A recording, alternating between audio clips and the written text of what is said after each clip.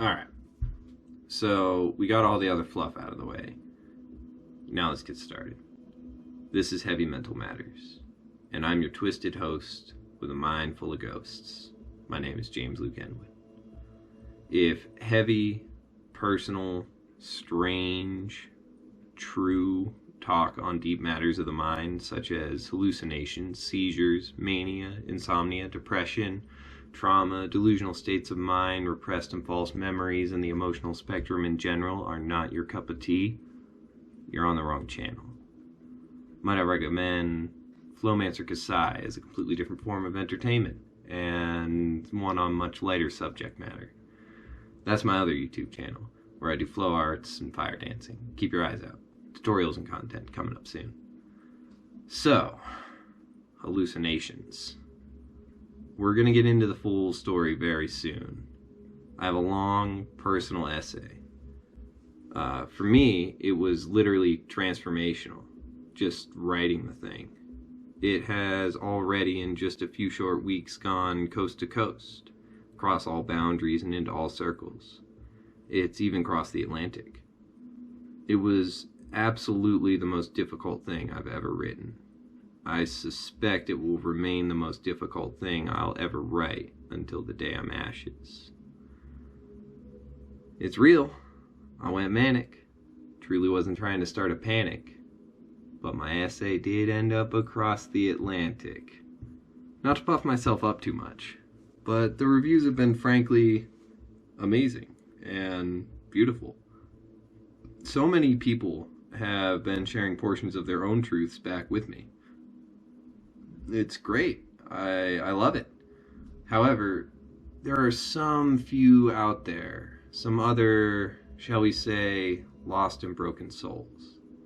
From them, those deep in the roads of suffering, I've received the most important, honest, sincere, and powerful feedback. That essay has literally contributed to saving lives from suicide. That essay has literally helped some people step back and approach their own burdens with newfound awareness and impetus. So, even though it's all about my life, none of this is actually about me. I'll be making a video essay version of On Seizures and putting it out here on YouTube very soon.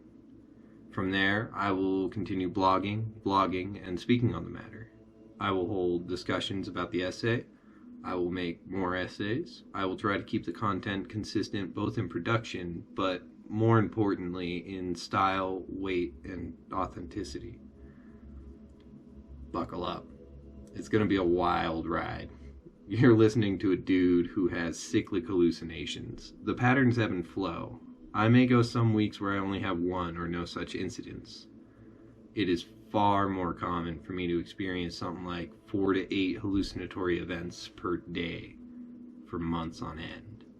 Every 5 to 8 months or so, I get one of the big ones. That's all caps and underlined in my notes, by the way. For weeks, things step up. The incidents become more frequent, more powerful, and then boom, something happens where I get a massive one. Typically, I take it all in stride, accept it, release it, pick up the pieces, and move on. However, I never really talk about it. I often keep secrets around it. That hasn't helped me, and it hasn't helped others in my life. In fact, speaking up and speaking out about it has been helping others. That's underlined and italicized. I've mentioned I'm not yet fully diagnosed. I'm working through the healthcare system again. I'm doing my part to be compliant and get a proper referral to a neurologist. That will take time. Working with the neurologist and getting some kind of official diagnosis will take more time. I have a lot of good reason to suspect that I have temporal lobe epilepsy. I have official, professional advice from a long-time worker in the mental health field. Direct suggestion from her that came through her official capacity as a counselor at the time. She didn't control my diagnosis or have any authority over my medications, so take that all with a grain of salt. But I feel she was 100% correct. I had been on for years antipsychotics, with the health industry believing me to be a bipolar schizoid. They treated me chemically. Those drugs, they really help some people.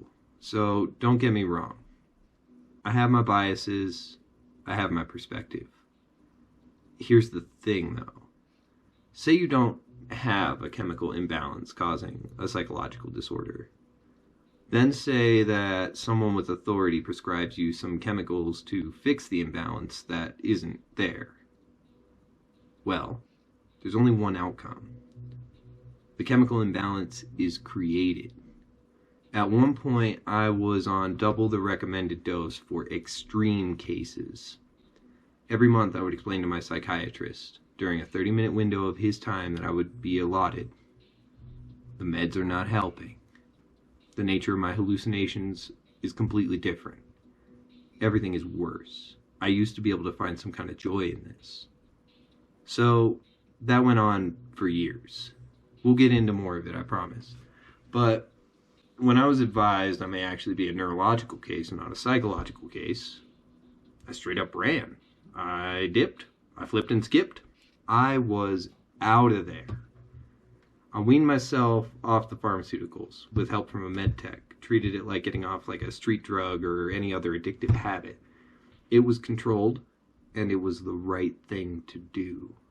After I was off the meds, everything settled back down into its natural order. I was left with my normal hallucinations.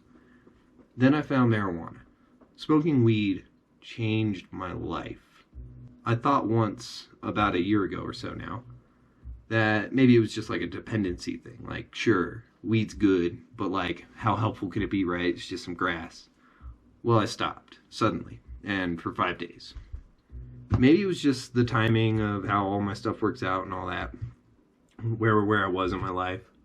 But within that short period of time, just 5 days, my world flipped inside out and turned upside down.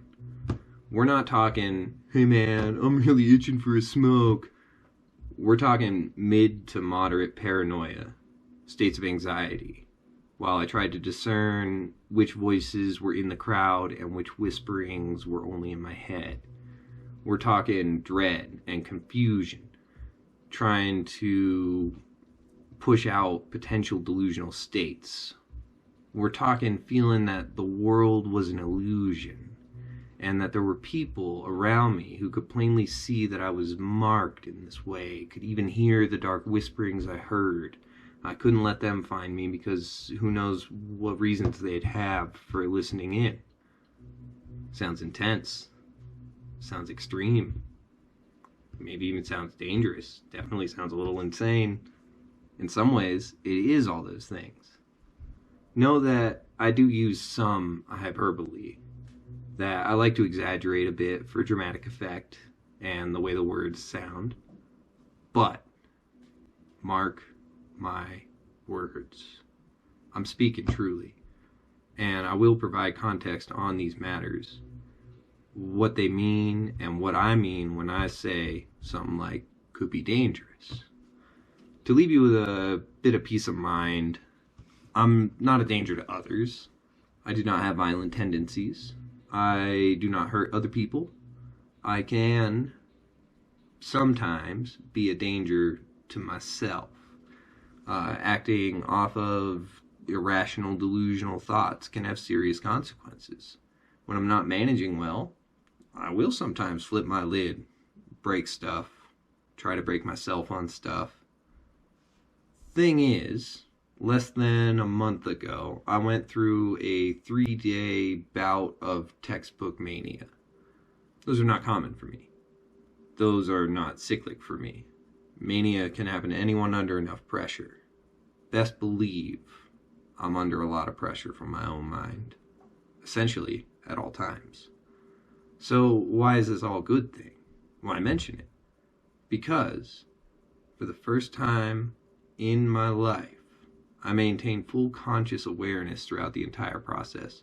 I made every decision. They were irrational decisions. I was stuck rhyming and speaking in writer's prose. I couldn't shut up. Every fiber of each muscle in my being was engaged, taut, wired. For nearly 72 full hours, I had no analytical thinking or thought control, critical thought control. But I could explain all of it. I was aware of all of it. I didn't break anything. I didn't become aggressive or violent in any way towards others, the environment, or myself. I did the best I could, and it worked. That made me realize some things had changed here. I won't face that kind of trial for at least several years. The next time I'm brought to the brink of reality collapsing ruin, best believe it'll be in response to a much heavier, much more real threat than the things that got me a little twisted this time around. It also made me realize something else. Something important. I'm not normal. I was clearly and consciously able to rhyme about matters of the mind. I was able to provide medical textbook definitions on grief, shock, mania, trauma processing. In real time, I was able to differentiate, classify, and explain neurological hallucinations, psychological hallucinations, substance-induced hallucinations, we won't talk about that much here, and even hallucinations brought on by just plain old lack of sleep. There are not many folk out there with that kind of skill set. The folks who do hold this kind of knowledge, whether more or less complete than my experience, don't really share it much. So that's why we're here. And soon I will bring you through the full wild life story, and then we can go from there. And we can see how this all plays out. And it's been good for me. I think it might be able to help you too.